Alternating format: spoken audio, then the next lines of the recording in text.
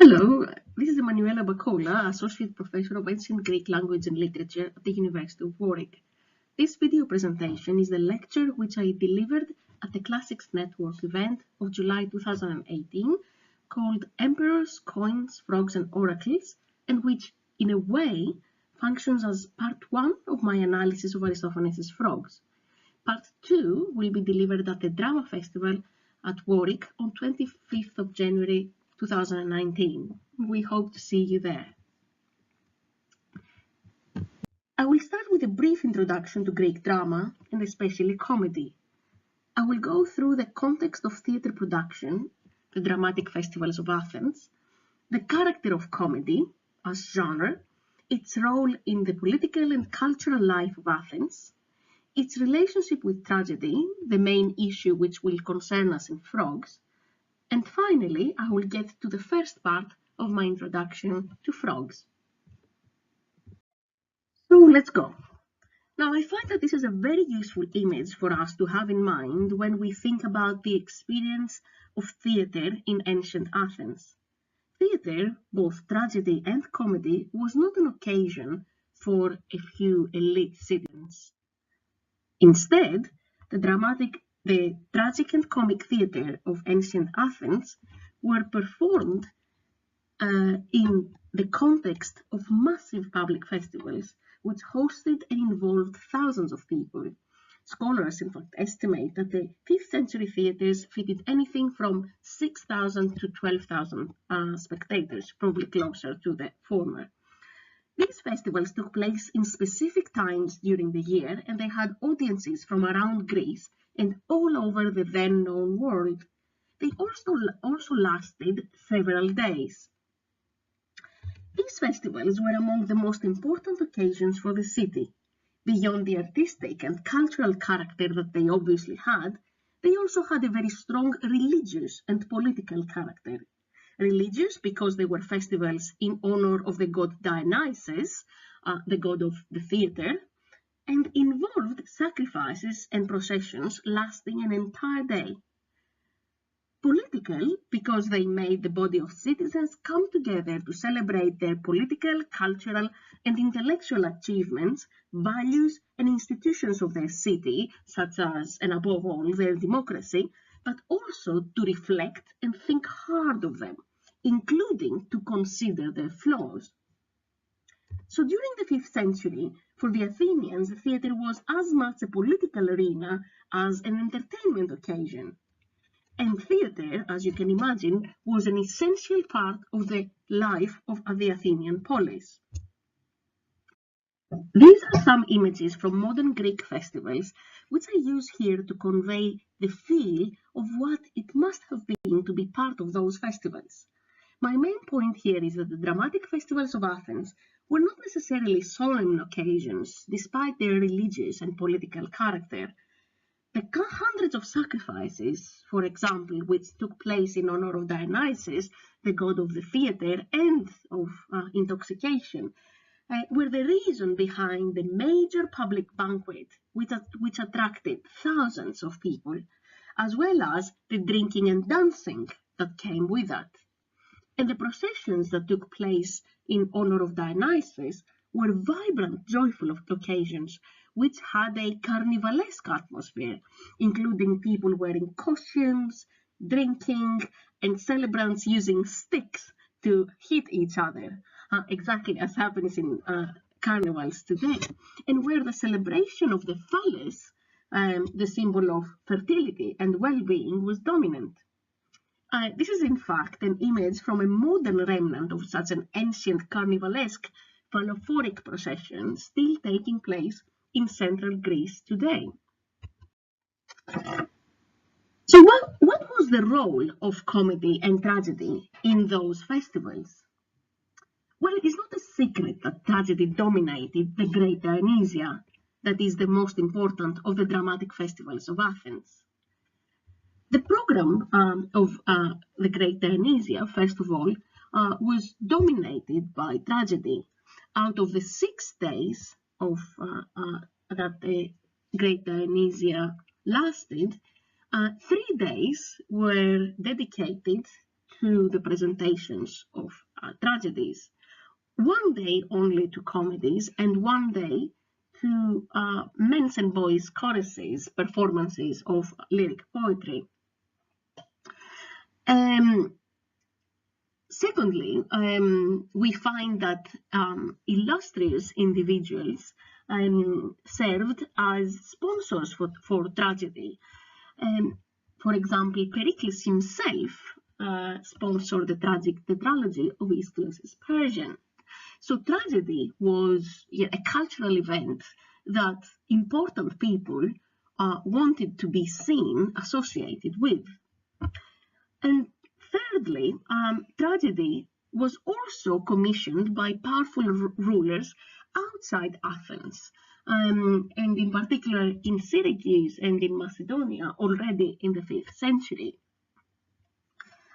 Such elements show us that tragedy seems to have completely dominated, completely taken over the cultural life of Athens and even beyond. Genres such as epic poetry or choral lyric, which were dominating the cultural life of Athens before the 5th century, are not as dominant anymore. However, there is enough evidence to suggest that comedy was competing with tragedy's dominance on a very significant level. And to give you some examples, one, the other large dramatic festival of Athens, the Lenaea, which took place sometime in the winter, tells us a different story. This festival was initially made only for the production of comedies. And it was only from 432 that some tragedy, some dilogies, was introduced in the Lenaea, but comedy still remained predominant. Comedy also had a significant role in the Dionysia of the Demes, so the rural Dionysia, the individual festivals that took place around Attica. We find, for example, inscriptions where the name of Aristophanes is mentioned next to that of Sophocles, for example, at Eleusis. We also know of around 80 tragic poets, but also of over 60 comic poets being active during the 5th century. And these produced a volume of over 600 comedies. Unfortunately, today we have only 11 comedies by only one poet, Aristophanes. Now, another thing to consider is comedy's popularity. Comedy was, like tragedy, exported abroad already from the 5th century, and even despite its topicality. Our hard evidence for that are the vase paintings and the souvenir statuettes that we find from areas such as, for example, south of Italy or Sicily. Another thing to consider is that comedy survived much longer than tragedy. We do not know of significant productions of original tragedies from the end of the 4th century, but we do know that original comedies were written and produced until the late 3rd century, more than a century later. And finally, something else that comedy really shows that it was a popular genre and very successful genre. Comedy was a very spectacular, usually featured a very spectacular production. This is something that we know because it had much higher production values. In fact, from an orator of the 4th century, late 5th to 4th century, Lysias, we know that it cost double the amount to produce one comedy than it cost to produce one tragedy. And And before I get to the issue of spectacle, I'd like to show you some evidence that comedy was in fact exported abroad. Here we see an early 4th century bell crater, which was found in South Italy, and whose painting reproduces almost exactly, very faithfully, a scene from Aristophanes' Women at the Thesmophoria. Now, this is hard evidence that comedy was exported abroad, and this attests to its incredible popularity, which rivals tragedy. So the impression we get about comedy from everything we've said so far is that it was a very successful genre, rivaling the success of tragedy. In comedy's case, this was largely due to its spectacular quality, and there are many reasons why comedy was a spectacular event. First of all, perhaps most importantly, is the size and the extravagance of its chorus. From the surviving Aristophanes plays, we know of comic choruses that featured frogs, birds, clouds, but also from comedies which have not survived, but which we know from titles and fragments. We know of comic choruses consisting of cities or islands or letters of the alphabet, or ant-men, half ants, half men, or centaurs, half men, half horses. These choruses would have participated in vivid choreography, which we are certain of because of the meters and the content of the songs that have survived. And such vivid choreography would have featured especially in the opening scenes. And to give you an example, the opening scene of a comedy that parodied Homer's Odyssey, called Odysseus, or the Comrades of Odysseus, opened with a long scene that featured a large stage prop of a boat that could fit the entire chorus of Odysseus' comrades on it. And this brings me to another thing, another element of comic spectacle, the comedy's readiness to use props, especially outside ones, as well as stage machinery. You can imagine how all of these would have contributed to the extravagant spectacle that was comedy. Comedy also loved its special effects, including flying, using the crane. We mentioned already the boat scenes or sailing scenes, and also we have several comedies which must have featured representation of storms,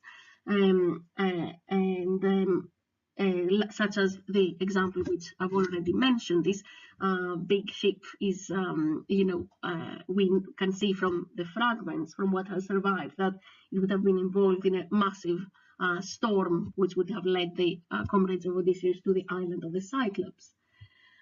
Now, I hope that you're really beginning to like comedy by now, but an even more important role to like comedy but an even more important reason to like comedy is, I believe, discovering how sophisticated it was and how fascinating for our knowledge of the ancient Greek culture. And this is something you can appreciate, I believe, once we move to the role of comedy in the Athenian cultural life. Now, there is a common saying about comedy, that comedy has its finger on the pulse of its own time. This is often understood only in relation to its contemporaneous politics. It is true that comedy was a sharp and very engaged political commentator, but it was the commentator of much more besides. In fact, comedy reports, if I'm allowed to use this word, on pretty much everything that happens in its time, whether cultural or artistic trends, new fashions, intellectual developments, new ideas. So politics is in fact only one element of this tendency of comedy to have its finger on the pulse of its own time. And when it comes to literature and poetry, any aspect of the cultural production of Athens and the Panhellenic cultural heritage becomes material for comic poets. Homeric epic, as the example that I mentioned earlier suggests, didactic epics such as Hesiod, choral lyric, sympotic poetry, historiography, satire drama, new musical trends, and even other comedy, everything that happens around the comic playwright eventually may find its way in these highly topical plays. This material also, and this is quite significant now to consider, it also becomes a target in relation to which comedy positions itself as a genre and with which it competes.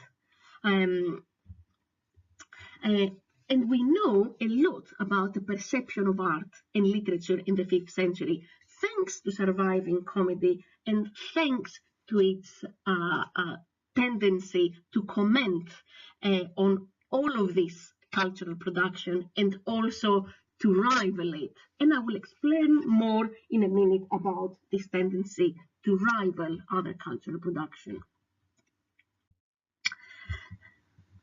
The most important aspect of all of this engagement of comedy with literature is, as we will discover further with frogs, its obsession and rivalry with tragedy. The world of tragedy, the most successful cultural product of 5th century Greece, fascinates and obsesses comic poets. As we will see, old comedy obsessively defines itself against tragedy. It openly rivals it, it makes fun of it, it rejects it, it distorts it, it points to its flaws, its inconsistencies, and its absurdities, and also subverts it. For Aristophanes especially, this is a pervasive preoccupation. But here is what I want us to keep in mind. Parody, deep knowledge and appreciation of a work go hand in hand more often than we imagine. Comedy's obsession with tragedy reveals not just fun, but a deep fascination with that genre. As much as comedy makes fun of, so we find that it imitates, it endorses, and it positions itself adoringly next to tragedy. Hence, parody of tragedy in comedy, or as we get to know it, paratragedy, is not mere fun. It's not mere satire. It's not merely a put down of tragedy. It is, as I will try to show you, extremely often sophisticated engagement, in-depth literary criticism, and even homage. And to give you a picture of the extent of this phenomenon, here is a list of all 11 surviving tragedies by Aristophanes. How many of them do you think draw material from tragedy? Now, I think that some of you may point to frogs here, which put Aristophanes and Aeschylus and Euripides on stage. Some may point to the women at the Thesmophoria, which parodies Euripidean tragedy throughout. But, in fact, the answer is that to a greater or lesser extent, all Aristophanic comedies draw on tragedy. Some, like Frogs and Women at the Thesmophoria, written here with a bigger font, as well as Men of Acharni, Clouds and Peace, more so. But all Aristophanic plays, to some degree, enrich themselves, give themselves several layers of meaning and reference, with some playful engagement with tragedy. Tragedy is a defining experience for our comic poet Aristophanes. Now, with this in mind, let us now move to looking at Aristophanes' comedy Frogs. First, a few words on this play. It was produced for the first time in 405 BC, so it was a mature play in Aristophanes' career, which had started in the early 420s. It was also awarded first prize at its first production. The political situation in Athens at the time of the production of Frogs is also important to look at, because Frogs is a topical play like most of comedy. So this play was produced during an ongoing war against Spartans, which has now by this time been going on and off for 25 years. Significant events which you should know are Athens' military disaster of 413 BC, and the short-lived oligarchic coup, so overthrow of democracy, short-lived, of 411 BC. The change of the terms of the war, since the Spartans, after this time, are receiving support from Persia's vast wealth, something that certainly tips the balance. And the war, as you know probably, was going to be lost in 404 to the Spartans. Now, although we're making reference to this historical and political background, we should also know that the play is not directly about politics, but about poetry and its role in society, and specifically about tragic poetry, tragedy. More specifically, there is a direct association of two situations that are prevalent in the Aristophanic imagination in the Frogs. One, the decline of Athens as polis, largely due to its military and financial circumstances. And second, the decline of tragedy as genre. And here is where, what we hear first in the beginning of the play about the recent deaths of Sophocles and Euripides in 406 makes sense. The setting of the play is mobile, and specifically it is a journey from Athens to the underworld. And in fact, half of the play takes place in the underworld. So with this background in mind, let's look at the play's plot and its static action. Dionysus, the god of intoxication, transformation, and theatre, is the main character of this play. He appears hugely frustrated by the lack of good tragic poets in Athens. Sophocles and Euripides have just died in the previous year, as we said. Dionysus decides to travel to the underworld to bring back his beloved Euripides.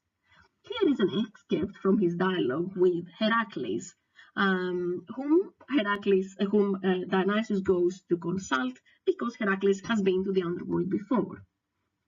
So this is lines 66 to 73.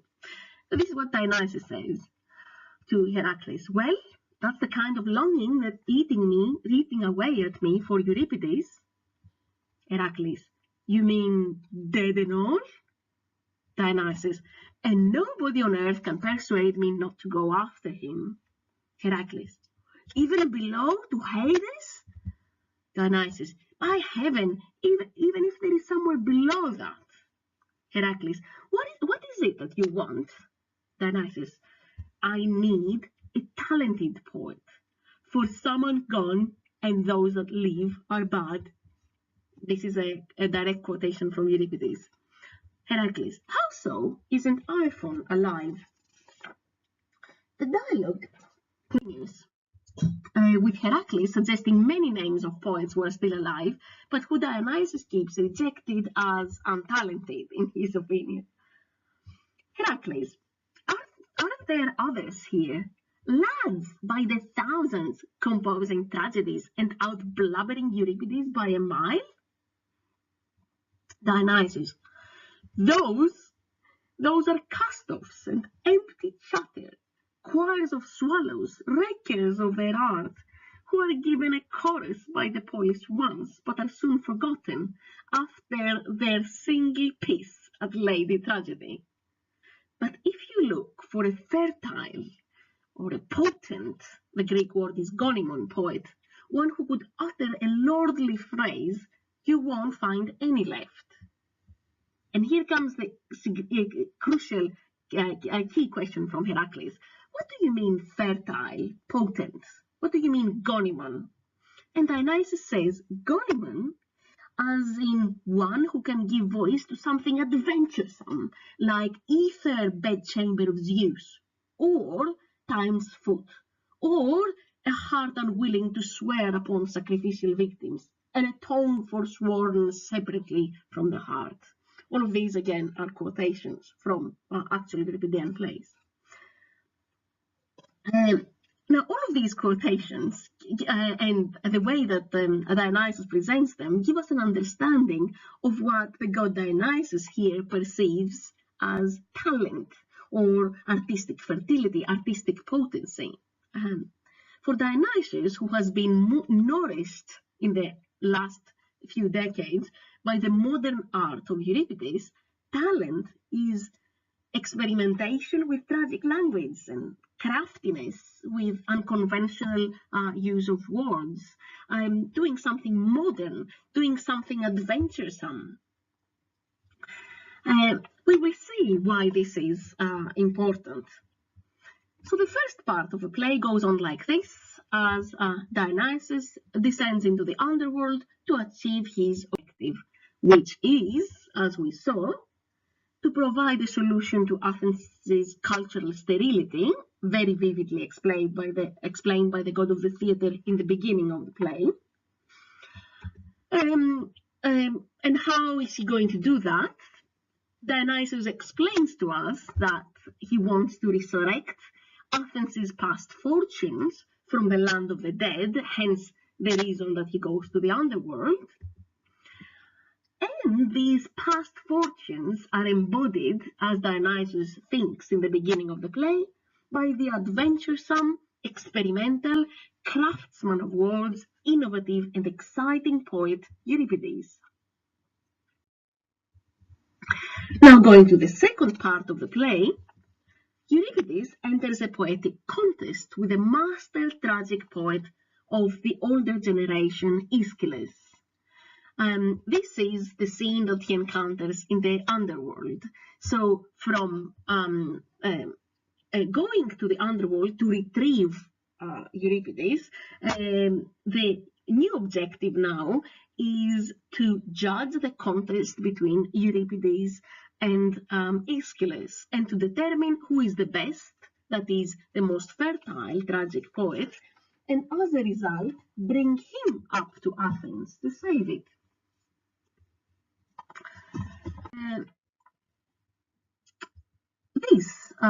In the second part of the play, the poetic contest between Euripides and Aeschylus is probably the most famous part of the Frogs. But it is so much based on quotations and direct literary criticism that some readers and viewers who are unfamiliar with Euripidean and Aeschylean tragedy become put off or confused. But see, and I will try to make it easier for us to engage with this brilliant scene by pointing to this key, okay, the fact that the two poets are constructed through imagery, but imagery which captures the way their poetic style is perceived by audiences at this point in time. So, on one hand, Euripides, using this imagery, which I have here translated through these kind of, I hope, quite evocative images that I got from Google, Euripides is portrayed as the poet of clever craft and adventurous use of language, and in comedy, which loves physicality and wants to portray things in physical rather than abstract ways, craft is turned into kind of a Bob the Builder building, cutting, shaving, and drilling actions, okay, as well as instruments. Instruments play a big role in the portrayal of Euripides in comedy. Euripides also is portrayed as the poet whose poetry deals with issues closer to everyday life, and also the poet who mesmerizes the audiences, but that is the masses, not the elite.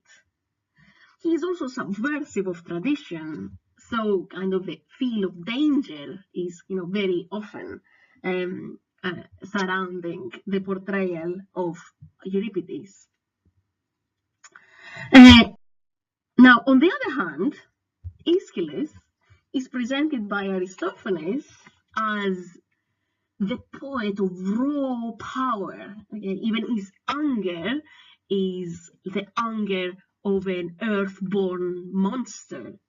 So the poet of raw power, but as well as natural inspiration, whose poetry, whose language flows like a powerful stream of water, not like this crafty cutting, thing of Euripides.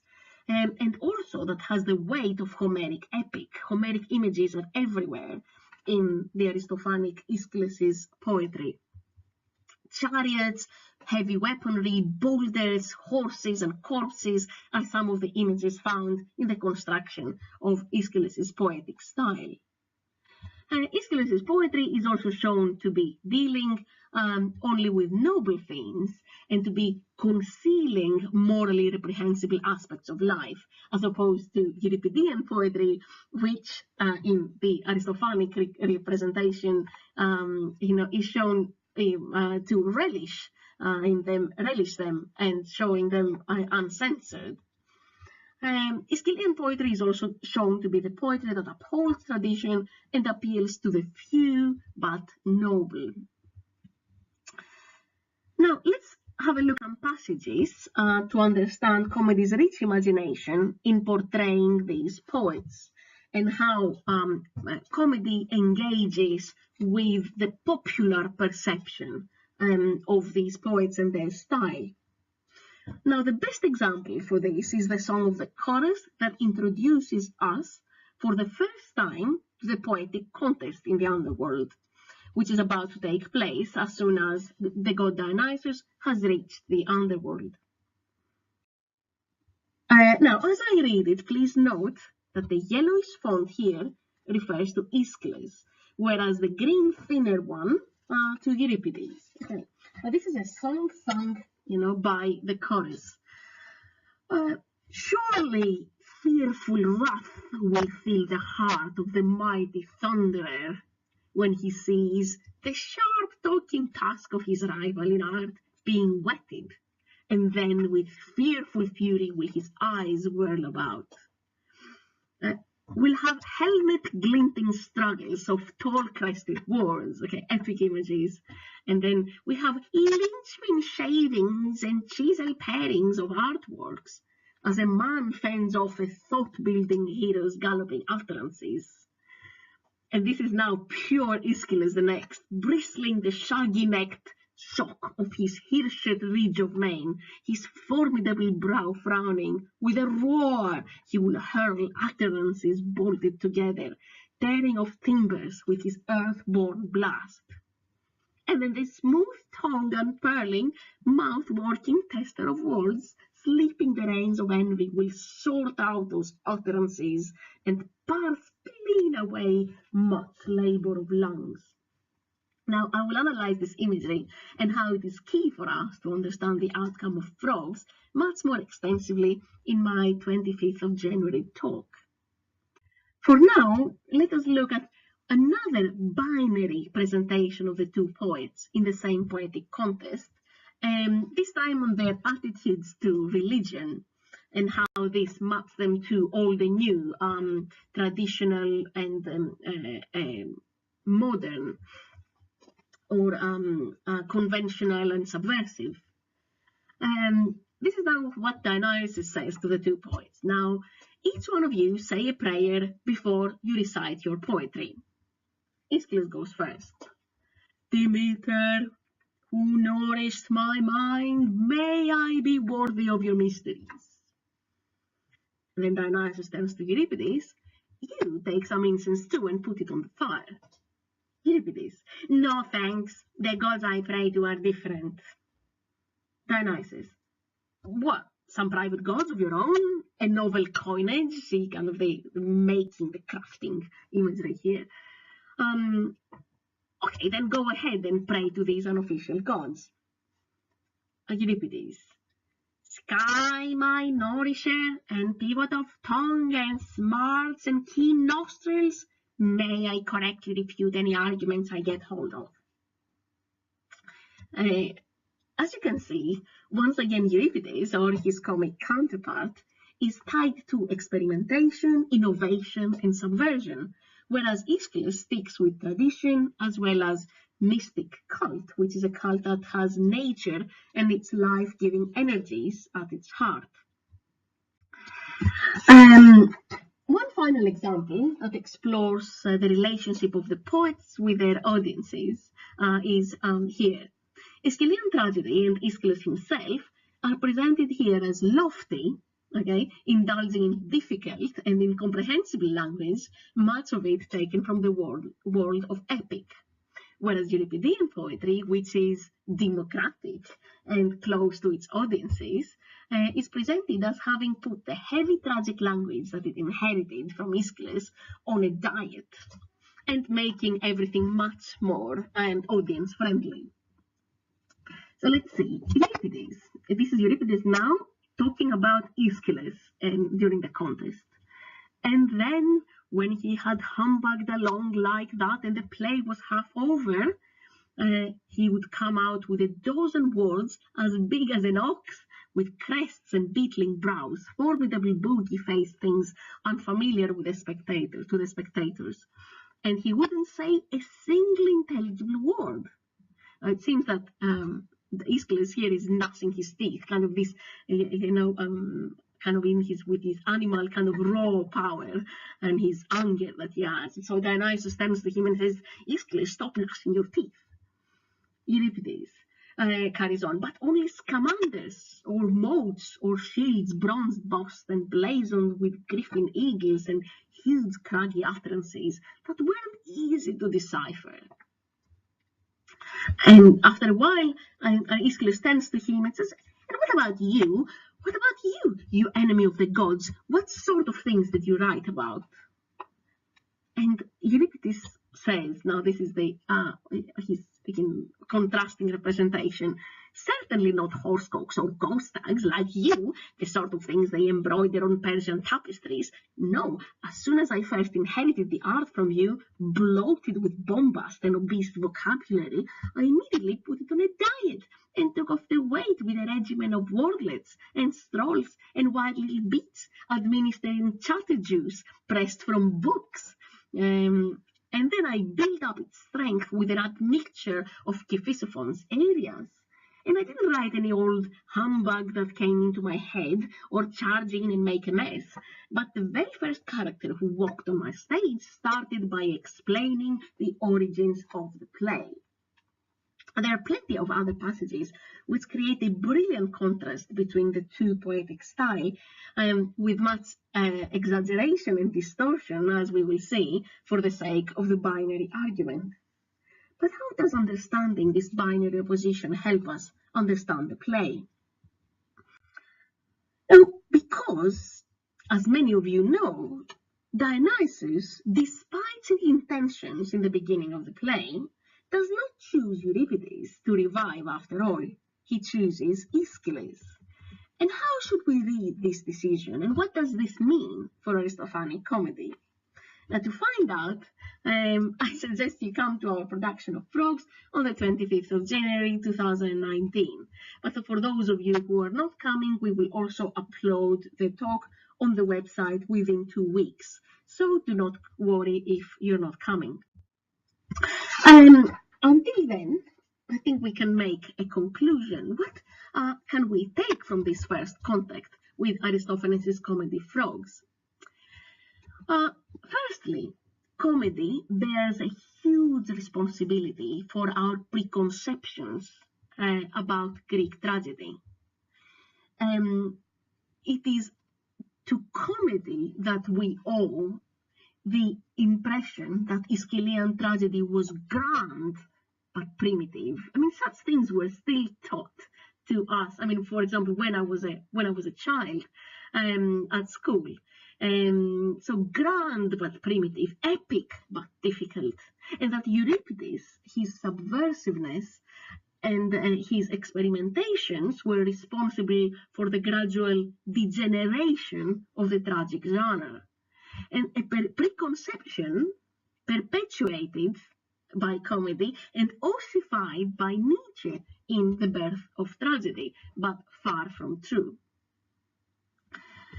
Greek comedy, secondly, a richly imaginative genre with its finger on the pulse of its own time, but also a distorting mirror, an indulgent perpetuator of popular ideas and stereotypes, had an enormous influence in the afterlife of tragedy, as it also had for the perception of a lot of other things in the 5th century, from politics to art and from social values to historical events.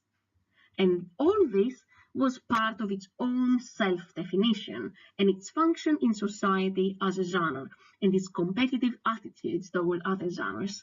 But to hear more on this, come in January. Thank you.